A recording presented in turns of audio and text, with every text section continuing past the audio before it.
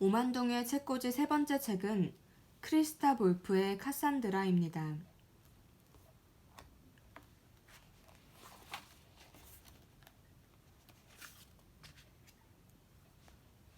오랫동안 꿈이 없던 삭막한 시간이 지나고 드디어 밤에 다시 꿈을 꾸었다. 당장 이해할 수는 없지만 곧바로 중요하다는 느낌이 드는 잊을 수 없는 그런 꿈이었다. 나는 어떤 낯선 도시를 혼자 걷고 있었다. 트로이는 아니었다. 하지만 내가 아는 도시는 트로이밖에 없었다. 내 꿈의 도시는 더 크고 넓었다. 밤이라는 걸 알았지만 하늘에는 달과 태양이 동시에 떠서 주도권을 다투고 있었다. 누가 나를 임명했는지 언급이 없었지만 나는 심판관이 되었다. 두 천체 중 어느 쪽이 더 밝게 빛날 수 있는지 말해야 했다. 뭔가 잘못된 시합 같았지만 아무리 애를 써도 무엇이 잘못되었는지 알 수 없었다. 결국 나는 용기를 잃고 불안에 떨며 누구나 알고 또 보듯이 가장 밝게 빛나는 것은 태양이라고 했다. 포이보스 아폴론. 어떤 목소리가 의기양양하게 소리치는 동시에 놀랍게도 사랑스러운 달의 여인 셀레네가 슬퍼하며 지평선 아래로 졌다. 그것은 내게 내려진 판결이었다. 사실을 말했을 뿐인데 어떻게 내가 유죄가 될 수 있었을까? 그렇게 물으며 잠을 깼다. 억지로 웃으며 별일 아닌 듯 마르페사에게 꿈 이야기를 했다. 그녀는 아무 말도 하지 않았다. 그리고 며칠 동안 내 얼굴을 똑바로 쳐다보지 않았다. 이윽고 그녀가 와서 더 어둡고 깊어진 듯한 자신의 눈을 들여다보라고 하더니 말했다. 카산드라, 당신 꿈에서 가장 중요한 것은 질문이 완전히 틀렸는데도 당신이 대답하려고 애썼다는 거예요. 때가 되면 그걸 기억해야 할 거예요. 누가 그런 말을 했니? 누구에게 내 꿈 이야기를 했는데? 아리스베요. 마르페사가 당연하다는 듯 대답했고 나는 아무 말도 하지 않았다. 나는 마르페사가 그녀 아리스베에게 내 꿈 이야기를 하기를 속으로 바랐을까? 그러니까 아리스베가 내 꿈을 해석해줄 사람이었을까? 나는 이미 답이 있는 질문임을 알고 있었다. 전쟁이 시작되고 첫 몇 달 동안 경직되어 있던 내 안에서 뭔가 꿈틀대는 느낌이 들었다. 다시 초봄이 되었고 오랫동안 그리스군의 공격이 없었다. 나는 요새를 나와 스카만드로스 강 위쪽 언덕에 앉았다. 태양이 달보다 밝게 빛났다는 것은 무슨 의미였을까? 대체 달이 더 밝게 빛나도록 정해졌다는 말인가? 누가 내게 그런 질문을 했을까? 아리스베를 제대로 이해했다면 나는 그 질문에 대답하지 않을 권리, 아니 어쩌면 대답하지 않을 의무가 있었다. 아직도 많이 남았지만 나를 얽어맨 밧줄의 고리, 가장 바깥쪽 고리가 툭 끊어져 떨어져 나갔다. 숨을 돌리고 굳은 관절이 풀리고 살이 활짝 피었다. 초승달이 뜰 때 아이네이아스가 왔다. 이상하게도 마르페사는 그것이 자신의 의무인 듯 앞방에서 자지 않았다. 아이네이아스가 문 옆 기름 등잔에서 헤엄치고 있는 불을 후 불어 껐을 때 그의 얼굴을 언뜻 보았다. 우리의 암호는 그가 내 뺨에 손을 대고 나는 그 손에 뺨을 맡기는 것이었다. 그것은 계속 우리의 암호였다. 우리는 서로의 이름을 불렀을 뿐 거의 아무 말도 하지 않았다. 나는 그보다 더 아름다운 사랑의 시를 들어본 적이 없었다. 그러나 트로이의 영혼은 트로이에 있을 수 없었다. 다음날 새벽 아이네이아스는 무장한 무리를 이끌고 오랜 세월 최고의 상품들을 흑해 연안으로 실어 날랐던 배에 올랐다. 그는 수하에 다르다노스인들을 데려가도 좋다는 허락을 싸워서 얻어내야 했다. 나는 아이네이아스가 머물기보다 차라리 떠나고 싶어 했다고 믿는다. 그를 이해했지만 이해할 수 없기도 했다. 물론 그와 에우멜로스가 같은 테이블에 앉아있는 광경을 상상하기는 어려웠다. 우리 아버지에게 의지하세요. 그가 내게 단단히 일렀다. 그는 여러 달 동안 내 눈에서 사라졌다. 시간이 더 천천히 흐르는 것 같았다. 시간은 나의 기억 속에 환영처럼 창백하게 남았고 오직 위로가 간절한 우리 민중이 들으려고 몰려왔던 신탁의 공표와 내가 함께 올렸던 커다란 의식을 통해 구분되었을 뿐이다. 헬레노스 오빠와 위엄있는 포세이돈 사제 라오코는 가장 인기가 많았지만 나는 그들이 공허한 헛소리를 퍼뜨린다는 것을 나 스스로에게 숨길 수 없었다. 나의 불만에 오히려 놀라워했던 헬레노스는 주문받은 신탁 같은 것이 있음을 부인하지 않았다. 누가 주문했을까? 왕실과 신전이었다. 나는 뭐가 그렇게 신경이 쓰였을까? 항상 그랬지 않은가? 신탁을 전하는 사제는 그들을 임명한 이들, 거의 신들만큼이나 신적인 이들을 대변하는 입이었기 때문이다. 신이 몸을 낮춰 우리 입을 빌려 말하는 경우가 얼마나 드문지 누구보다 내가 알고 있어야 하지 않는가. 하지만 우리는 신들의 조언이 필요할 때가 얼마나 많았던가. 그리스인들이 가장 취약한 스카이아의 성문을 통과하지 않고는 우리 도시를 절대 정복할 수 없다고 헬레노스가 공표한다고 해서 누가 손해를 보았을까? 더욱이 개인적인 생각을 말하면 헬레노스 자신도 이 신탁이 옳다고 믿었고 스카이아의 성문 경비병들의 경계를 강화하는 바람직한 효과를 가져올 수도 있었다. 혹은 라오콘을 보라. 라오콘은 지난번 제물로 바친 황소의 내장에서 우리 왕실 마국간의 백마 12필 중 10마리가 그리스인의 손에 넘어가야 비로소 트로이가 위험해진다는 신탁을 읽었다고 했다. 상상도 할 수 없는 경우였다. 더욱이 지금은 마국간이 있는 요새 오른쪽 측면이 특히 안전하다고 했다. 내가 그렇게 기를 쓰고 반대할 이유가 뭐가 있었을까? 아무것도 없다. 나는 그렇게 대답할 수밖에 없었다. 어떻게 설명해야 할까? 헬레누스는 경박하지만 사기꾼은 아니었다. 나는 나와 나이가 같고 잘생긴 그를 상대하며 항상 기꺼이 나를 낮추는 심정으로 대했지만 사실 그는 나보다 나았다. 무엇이 나았을까? 두말할 것 없이 그의 믿음이다. 신들에 대한 믿음? 아니다. 우리가 옳다는 믿음이었다. 그 믿음은 우리가 신들의 말이 우리에게 내려오도록 강요할 때 2배로 강해졌다. 헬레노스는 세계가 자신이 선포한 그대로라는 선한 믿음을 가지고 행동하고 말했다. 그 누구도 그에게 의심을 불어넣을 수 없었다. 그의 얼굴에서 나는 그 사이 판토스의 입가에 어리게 된 미소의 그림자 같은 건 본 적이 없었다. 헬레노스는 사람들이 바라는 대로 자신의 인기를 자신에게 어울리는 것으로 가볍게 받아들였고 사람들과 자신에게 불필요한 부담을 주지 않았다. 이상하게 헥토르와 잘 지냈던 그는 어느 날 헥토르가 전 시대에 걸쳐 트로이의 명성을 누리리라는 놀라운 예언을 했다. 전쟁이 발발하면서 헥토르의 아내가 된 정숙하고 가정적이며 수수한 편이었던 안드로마케는 눈이 빠지도록 울부짖었다. 사람들이 습관처럼 그러듯 안드로마케는 내게 꿈을 해석해달라고 달려왔다. 헥토르가 꾼 꿈이었다.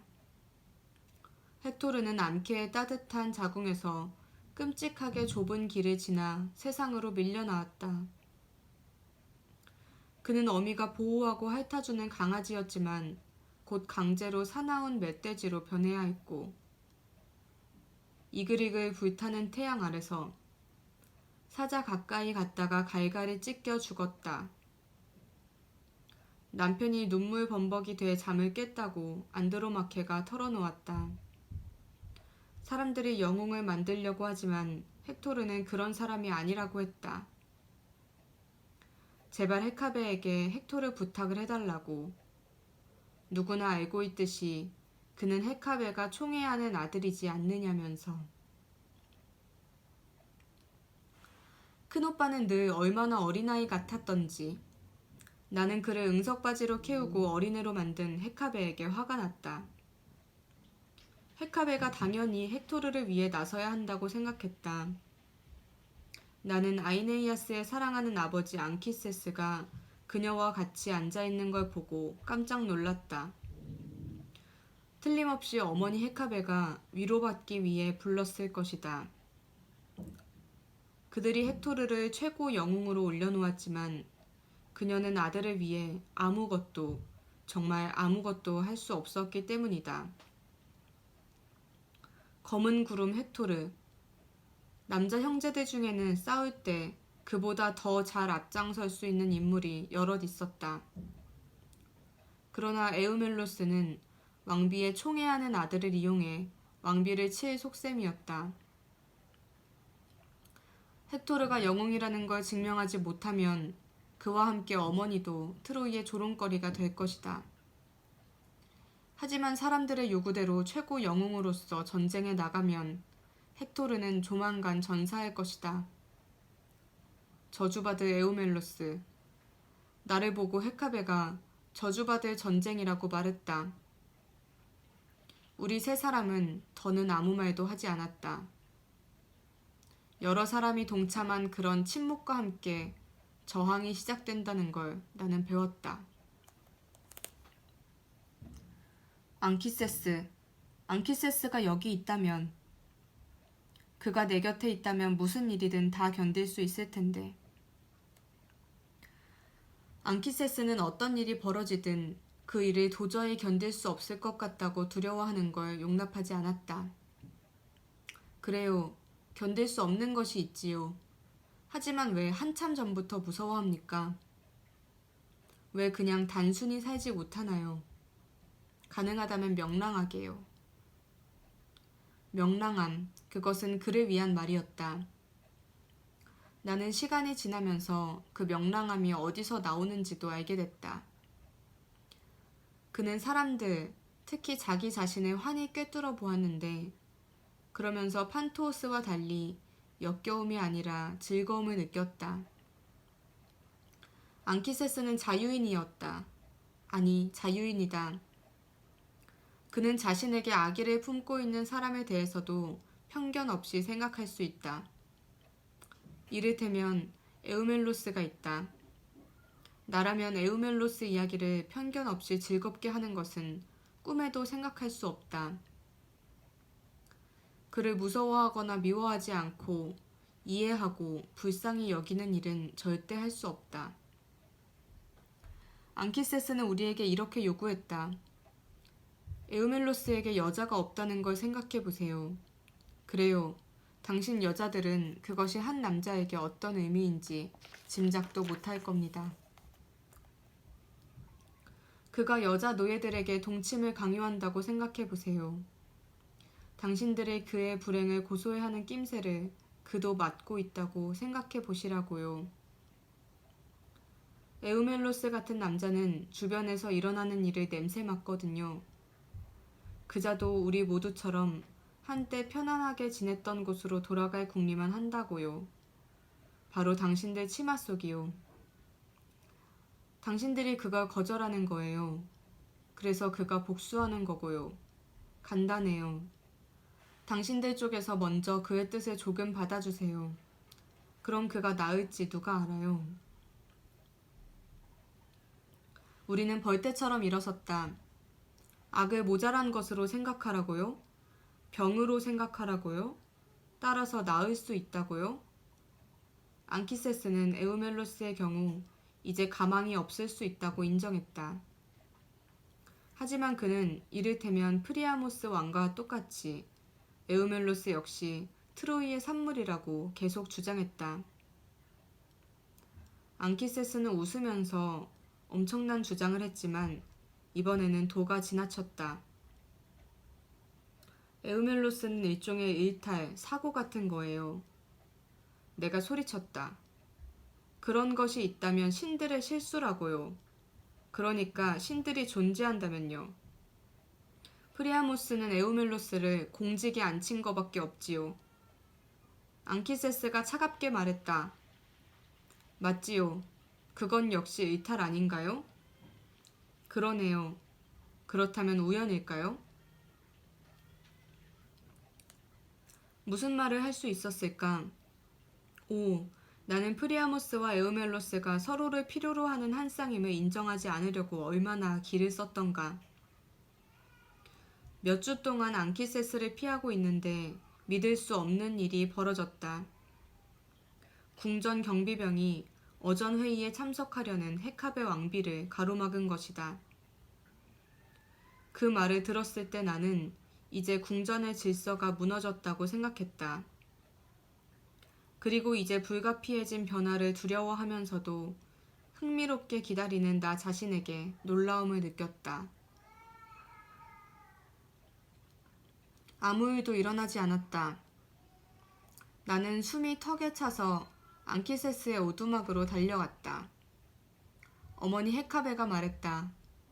쳐다보지도 않고 모든 남자들이 쳐다보지도 않고 그녀 곁을 지나갔다고.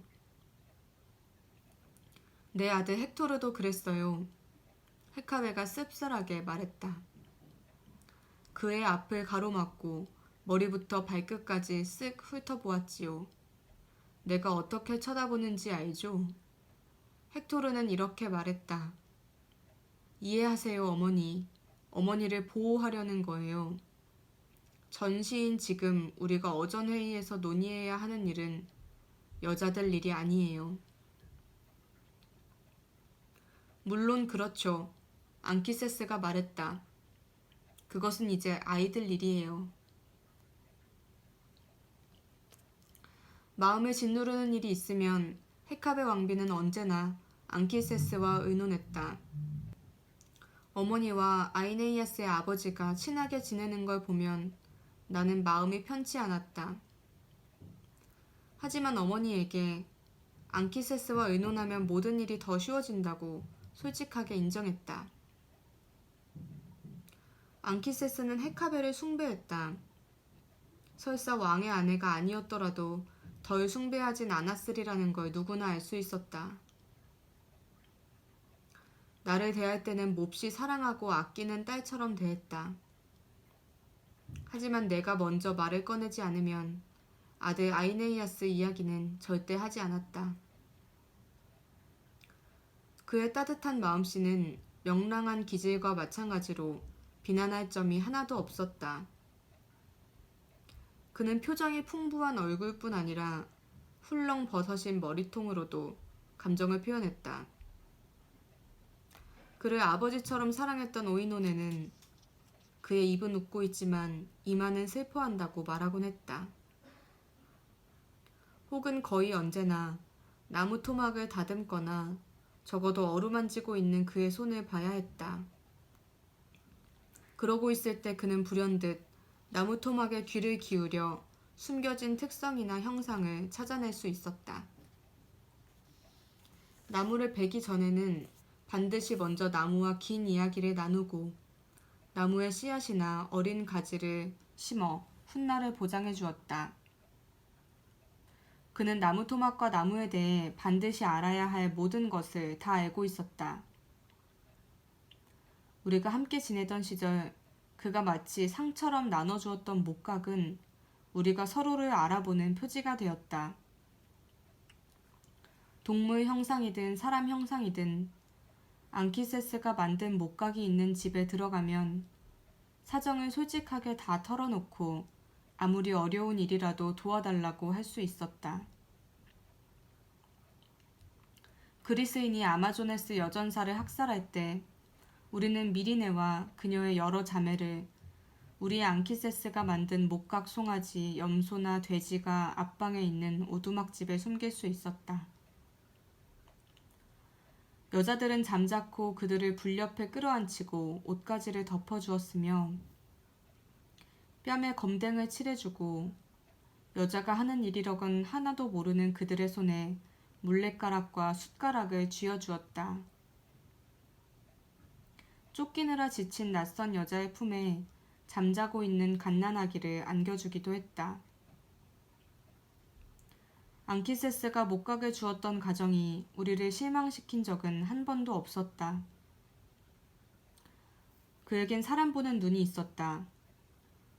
다르다노스 성문 앞 무화과나무 아래 있는 그의 오두막집엔 그에게 어울리는 사람들만 찾아왔다. 그러나 그는 상대를 가리지 않고 대화했으며 찾아온 사람을 돌려보는 적도 없었다. 심지어 젊은 장교 안드론, 브리세이스를 데려다주고 돌아온 우리의 몸수색을 명령했던 에우멜로스의 부하도 받아들였다. 나는 정말 못마땅했다. 앙키세스를 궁전으로 부르기 미안해 자주 그의 집을 찾았던 헤카베, 오이노네와 유모 파르테나, 마르페사, 심지어 아리스베가 여기서 안드론을 마주치기라도 하면 어쩐단 말인가. 왜 안 되나요? 앙키세스가 태연하게 말했다. 다른 데보다는 여기가 낫지요. 안드론과 이야기를 나눠보세요. 힘든 일도 아니잖아요. 어떤 사람도 그 사람이 죽기 전까진 포기하면 안 됩니다. 나는 그 말에 동의할 순 없었지만 부끄러웠다. 내가 아는 한 앙키세스는 신들과 상관이 없었다. 하지만 그는 사람을 믿었다. 그 점에서 그는 우리보다 젊었다.